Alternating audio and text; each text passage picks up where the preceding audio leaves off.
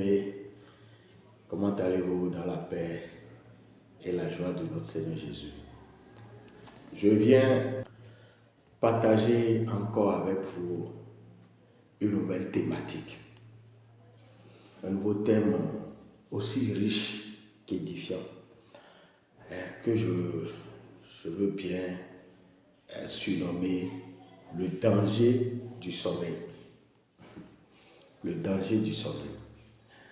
Ah oui, le sommeil est bien. Vous savez, la nuit est faite pour dormir. Mais toutes les nuits ne sont pas faites pour dormir. Donc, passer tout son temps à dormir, il y a un danger dedans. Parce que le voleur ne vient pas quand on est éveillé, mais le voleur vient quand on dort. Premier exemple dans la Bible, dans le livre de Matthieu 13, le verset 24 à 25, 38 à 39, on nous parle du semeur de l'ivraie. La Bible déclare que le royaume des cieux est semblable à un homme qui a semé de la vigne dans la journée. Et la nuit, l'ennemi est venu semer de l'ivraie. L'ennemi est venu semer de l'ivraie la nuit où les gens dorment. Le sommeil spirituel, quand tu dors spirituellement, l'ennemi en profite pour semer de l'ivraie dans ta vie. L'ennemi en profite pour gangréner ta vie. Toutes les nuits ne sont pas faites pour dormir, non. Il y a des nuits qui sont faites pour veiller, pour prier. Il y a des nuits qui sont faites pour rester en éveil et prier. Tu ne peux pas passer toutes tes nuits à dormir. Tu seras surpris par les guerres. Physiquement, les voleurs. Si, on dit quoi? Que si le propriétaire de la maison savait à quelle heure le voleur viendrait, il ne dormirait pas. Il ne dormirait pas. Il ne dormirait pas.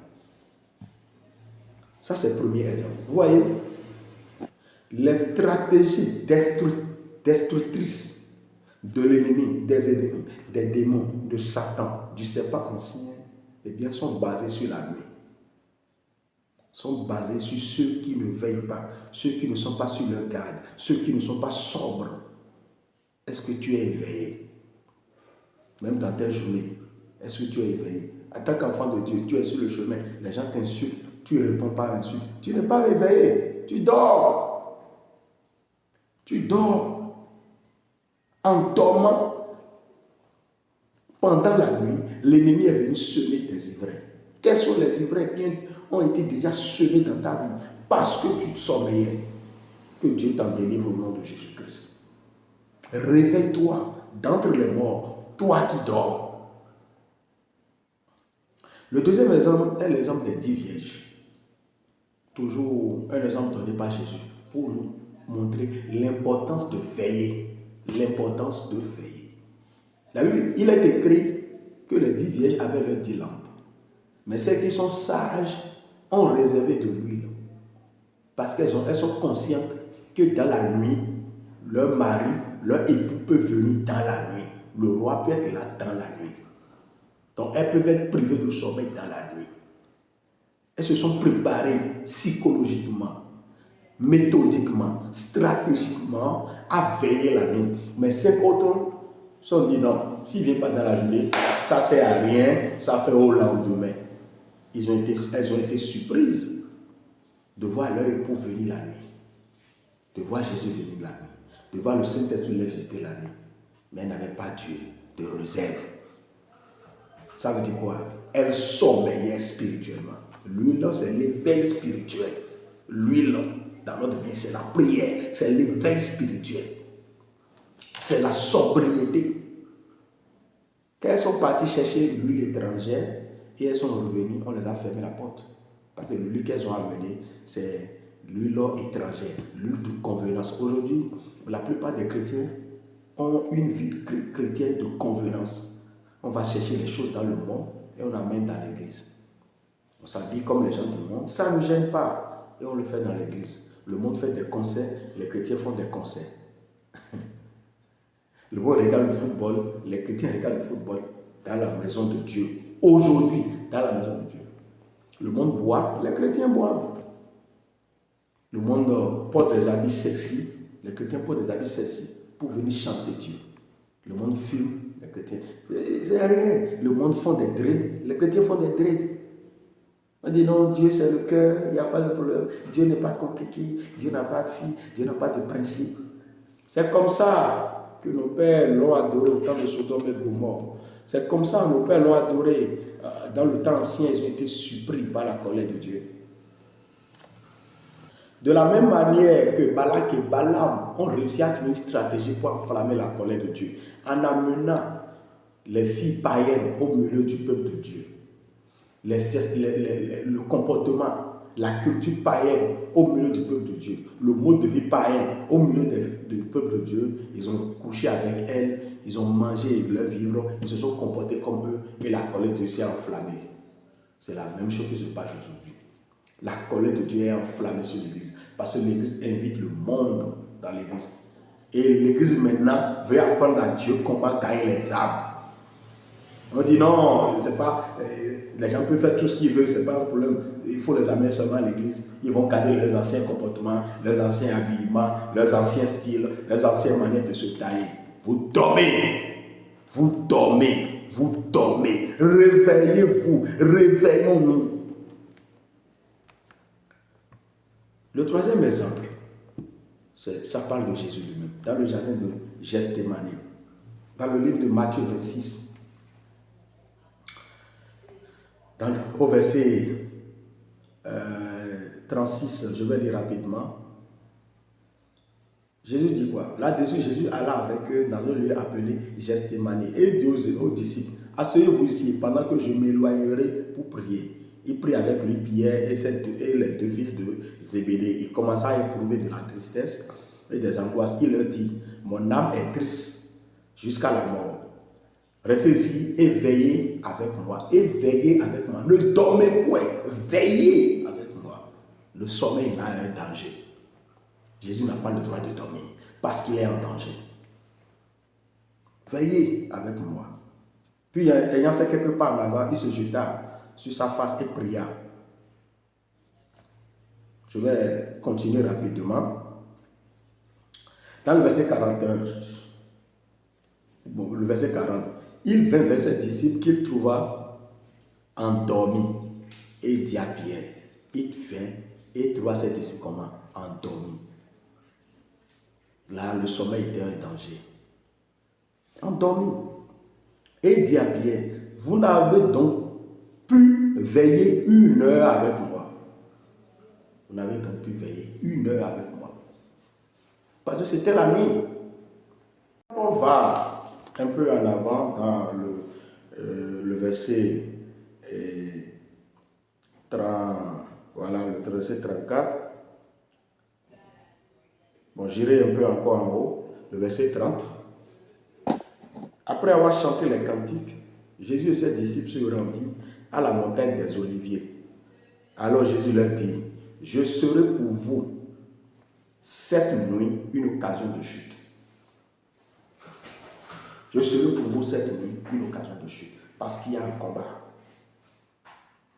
Quand il est écrit, je frapperai le berger et les brebis du troupeau seront dispersées. Parce que Jésus a été arrêté quand? La nuit. Mais avant qu'il ne soit arrêté, Jésus avait prié d'abord la nuit. Il s'est préparé. Il a découvert le plan de l'ennemi la nuit. Il est allé dans le jardin de Gethsémani, un peu plus devant. Il a prié. Le Saint-Esprit est venu le fortifier. Les anges sont venus le fortifier. Avant l'attaque, il était préparé. Beaucoup de chrétiens reçoivent des attaques qui leur sont fatales parce qu'ils ne sont pas préparés. Puisqu'ils ne veillent pas, ils n'ont pas les révélations. Il faut veiller pour avoir les révélations. Il faut veiller pour détecter le plan des ennemis. Il faut veiller pour que Dieu te révèle le plan de l'ennemi. Mais Dieu ne va pas te révéler des plans pendant que tu es en pleine journée, dans le bruit, dans les insultes, dans les courses. Non. C'est dans la nuit, pendant que tout le monde dort, que tu dois te réveiller. Dieu parle dans le calme. Dieu n'est pas un Dieu de désordre. Il n'est pas un Dieu de bruit. Donc c'est quand tout le monde dort. que tu sacrifies ton sommeil pour entendre la voix de Dieu, pour connaître la stratégie de l'ennemi et vaincre l'ennemi. La Bible nous a aussi permis de comprendre que régulièrement, Jésus se réveillait les nuits pendant qu'il était encore, pendant qu'il faisait encore nuit, pendant qu'il était encore sombre, pour aller faire quoi? Pour aller prier. Jésus se réveillait au milieu de la nuit, pendant que tout le monde dormait. Et le matin, quand les disciples se réveillent, ne le voient pas. Il vient de la prière, parce qu'il veille. Bien aimé. Regardez, le jardin de Gethsémani est le plan d'arrestation de Jésus. Ils sont venus la nuit, Jésus était déjà prêt, parce qu'il a veillé cette nuit. Beaucoup de choses arrivent aux chrétiens, parce qu'ils passent leur nuit à dormir. Vous passez toutes vos nuits à dormir. On ne vous demande pas de crier et déranger les voisins. Non, on vous demande de veiller. Car votre ennemi, comme l'a dit le livre d'Hébreux, le livre de Pierre, le livre de Jacques, etc., beaucoup d'épîtres, on dit veillez, priez, soyez sobres, veillez. Jésus a dit veillez et priez. C'était le mot d'ordre, veillez et priez, veillez et priez. Mais voilà que nous ne veillons pas. Eh bien, nous serons surpris.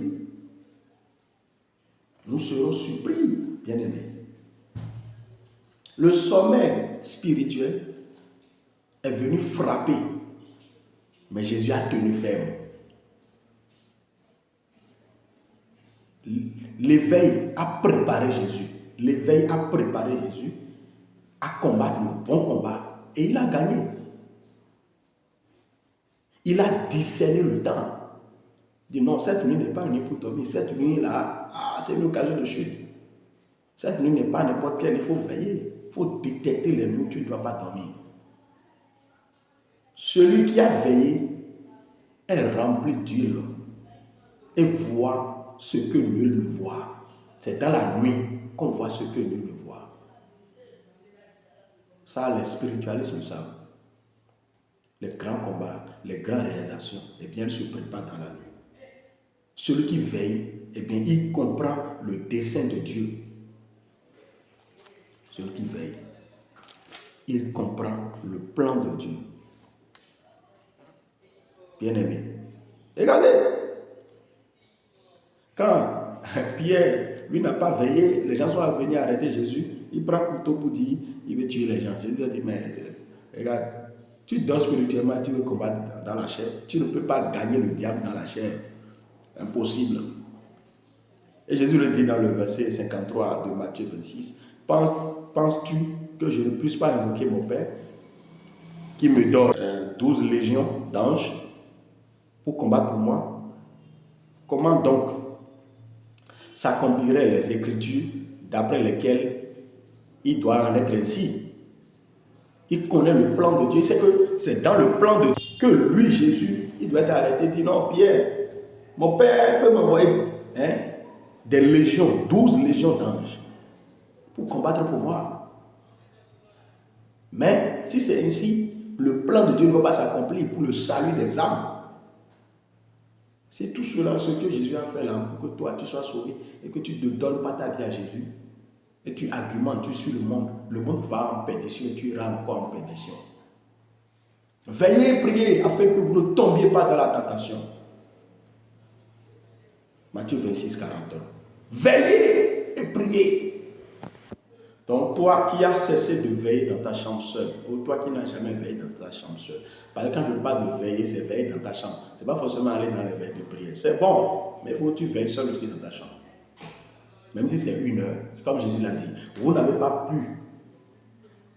prier avec moi, veiller avec moi pendant 1 heure. Veille au moins pendant 1 heure. Ça te fera du bien. Ça te sauvera des dangers. Ça te donnera la victoire. Ça te révélera les choses. Si tu as été béni par cette série, n'oublie pas de suivre tout. N'oublie pas de monter en haut, de partager avec les gens, de télécharger et de soutenir le ministère. Si tu veux soutenir le ministère, nous sommes là. Que Dieu te bénisse. C'était Prospère à Jévi Amousou. Shalom, shalom.